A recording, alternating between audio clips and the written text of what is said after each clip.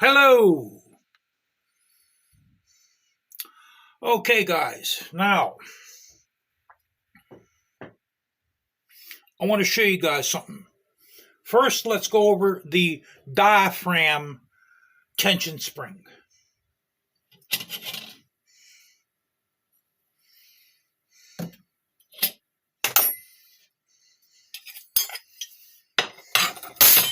Here is the old pressure plate.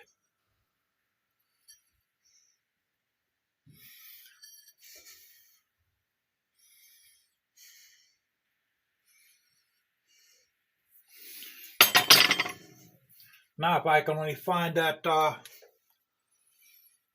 seat spring I threw somewhere.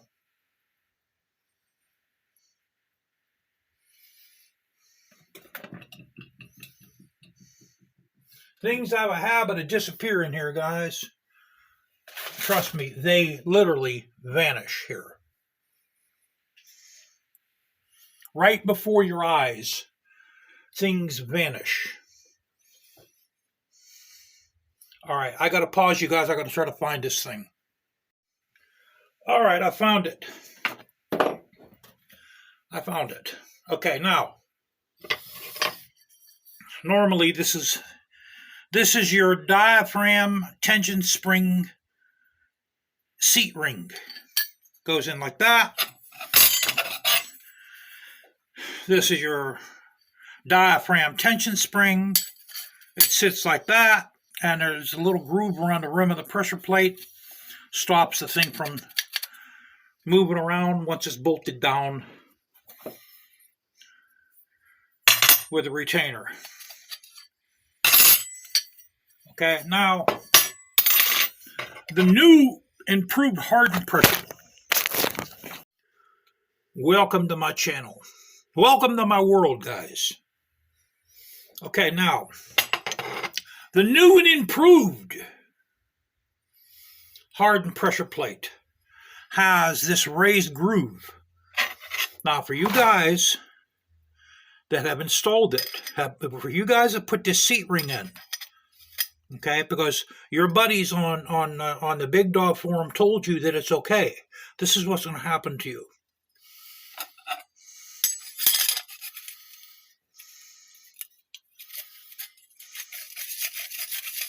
That's going to move around on you, and your pressure plate's not going to wear evenly. Okay, so when you're using this new pressure plate, you discard these. You save it, like hang it up somewhere. Maybe you can use it as a bracelet, or maybe as like, I'm not going to say that. Discard this, put this guy away, hang it up over there, and the diaphragm tension spring sits in there like that. That's how that's supposed to go. I've read so many articles about guys saying, oh yeah, that's okay to use that seat spring, that seat ring. It's all, go right ahead and use it. Well, I'm not going to use it.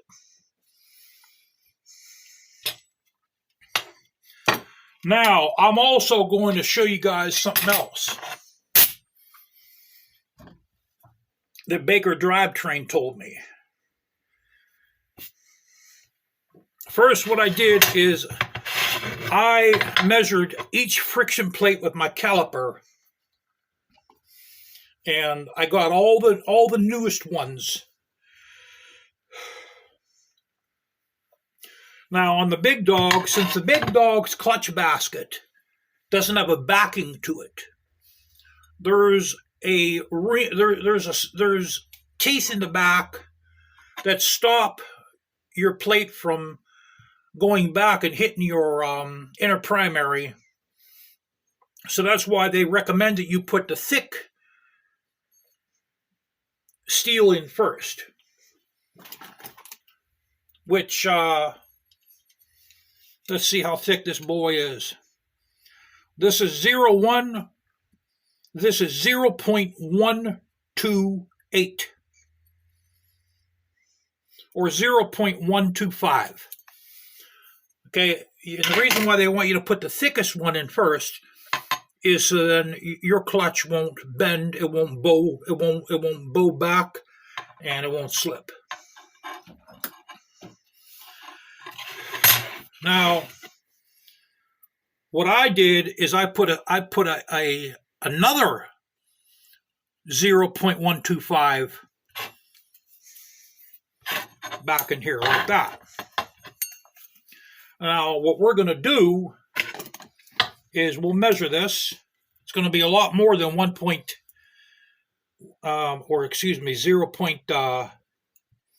Or the hell is that measurement? I think it's 1.96, something like that. Well, this one here, this is 2 inches on the nose.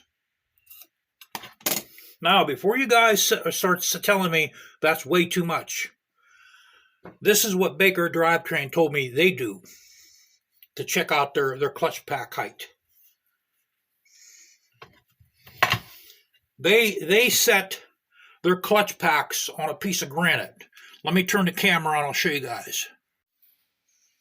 All right.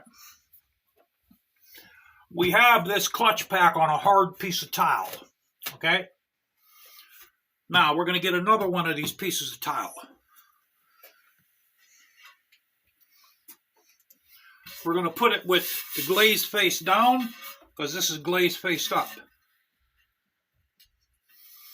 Now, what Baker does is they put a 50-pound weight on top of this. That 50-pound weight is the strength of your clutch when it engages. So we're going to put 50 pounds on top of this. Then we're going to measure this.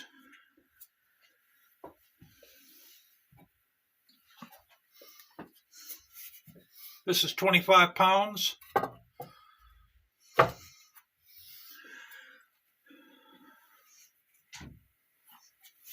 This is 10 pounds, that's 35.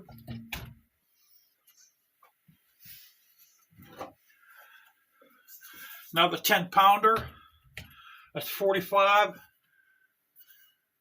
And this is a 5-pound. So that's a total of 50 pounds on top of that clutch pack. Now we're going to measure this.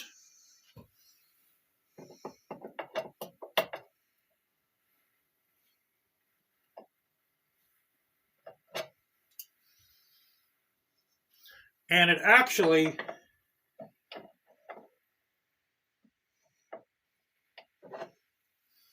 compresses it to 1.96.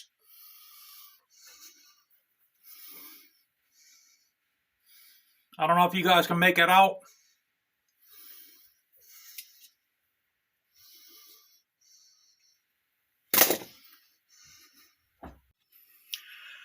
So that's what Baker Drivetrain does.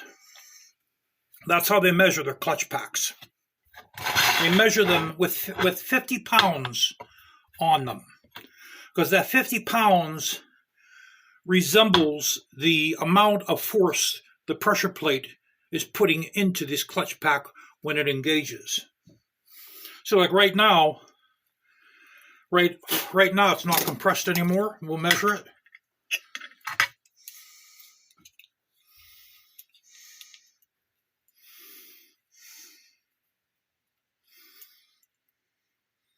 It went back to 2 inches, 2 inches even. So I'm going to put this in. And before I close the primary up, I'm going to work the clutch a little bit just to make sure that it engages and disengages. I think it will disengage and engage properly. Okay, and we're also going to use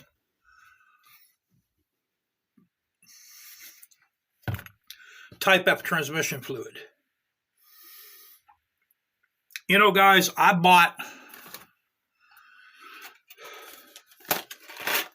don't know what the hell I was thinking. I don't know what the hell I was thinking when I got these. So, all right, what I'm going to do now is we're going to soak we're going to soak the frictions in this transmission fluid. Okay, and then the next step is to install the clutch. So I'm going to let you guys see this video, and I hope it clears up a few things with that pressure plate. And you guys seen it with your own eyes that these compress with 50 pounds on them. You seen it with your own eyes, brother.